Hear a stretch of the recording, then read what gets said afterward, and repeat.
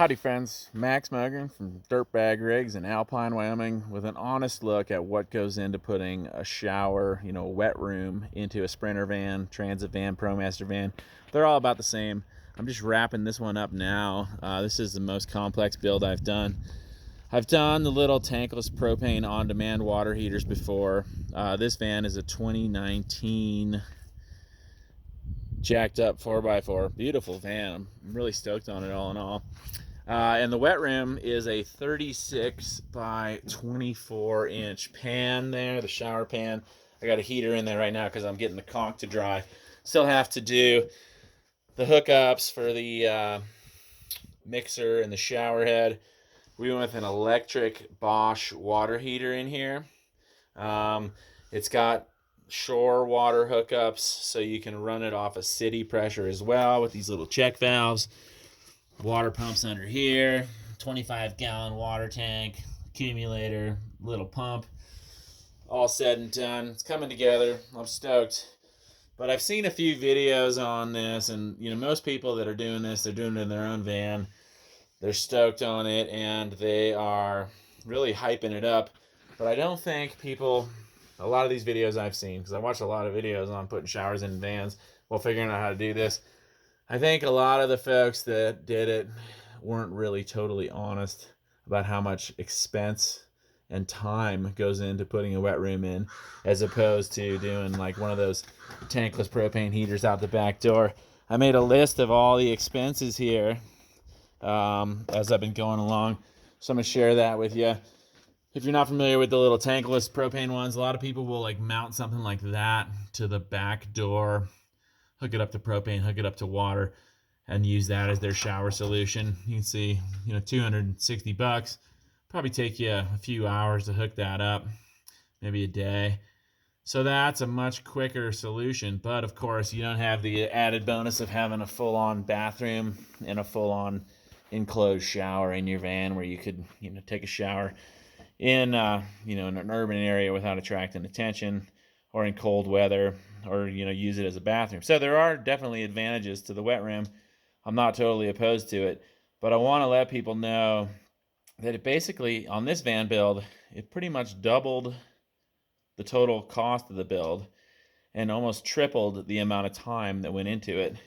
Looking at all the different materials, shower pan, $130.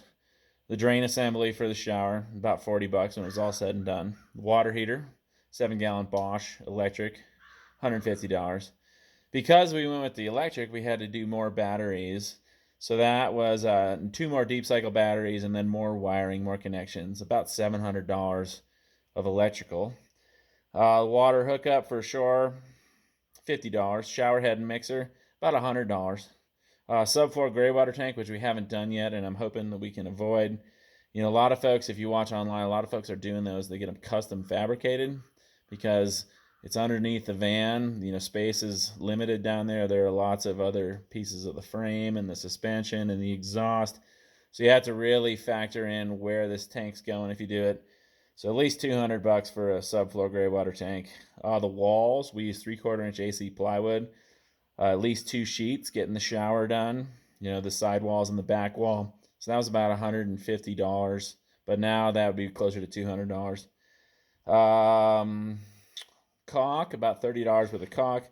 The FRP, the fiberglass reinforced plastic boards we used, and the glue for the walls, it was about $200. It was like $40 a sheet at the local hardware store, and we used 3 sheets. We didn't go with the tile, so I crossed that out. Plumbing and fittings, we use PEX and shark bites to make it real easy and simple to change up if we had to modify the plumbing.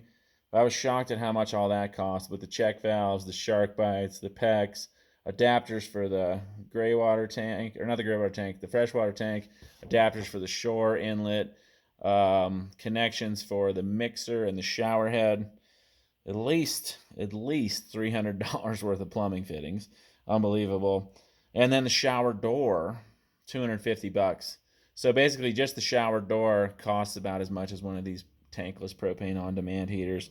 All told, materials, if my math's right, over $2,000, about $2,200 worth of materials. Now, the other factor is putting a wet room in like that, you end up building a lot more walls. Like we did it on the driver's side of the van. Normally, in a typical van build, I would just do one long wall that runs the entire driver's side. But instead, we got the wall back by the bed, then the outside wall of the shower, the front of the shower, the inside wall of the shower, the back wall of the shower, the other inside wall of the shower, the other front of the shower, the other outside wall of the shower, and then the wall along the driver's side by the kitchen, where the kitchen is, behind the driver's seat. So it worked out to, instead of doing one wall, we did 9 walls. And that really makes a more complex layout, more complex planning with the plumbing and the electrical, the additional factoring in of how to make all that work and make the most efficient use of space for the water tank, all the plumbing, the water heater, the shower itself. So it really made it more complicated. I can't stress that enough. And then more complicated trim, obviously the waterproofing involved in the FRP. So I'd say realistically, doing the shower in the van, in a lot of vans I can bust them out in like 2 or 3 weeks. I'd say that the shower alone it basically at least doubled the amount of time that went into the van build, and it probably quadrupled the amount of thought and uncertainty and decision making that went into it. So if you're paying somebody else to build out a van, well, if you want to do a shower in a van, a full-on wet room in a van, basically, I'd say it kind of doubles the time it takes and also doubles the expenses involved. So, not to knock it, I think it's a good idea. I'm stoked on this van I'm working on. I'm stoked on the guy I'm helping with it, and I'm stoked on the finished product. But in the future, I think I'm going to be recommending these tankless water heaters. Another advantage to something like this, in my opinion, is you got a lot less stress to worry about with the pipes freezing in a cold weather situation, and also a lot less space used up in the midst of out of the van. Space is at a premium, obviously, and putting a wet room in definitely takes up some space. I think it works. I think it's appropriate for a lot of people, but I have to say that when you factor in the added time, the added headaches, the added materials, and the added expenses, it's just worth knowing what you're getting into when you opt for a full-on wet room in a van. Y'all take care of yourselves. One love. Peace.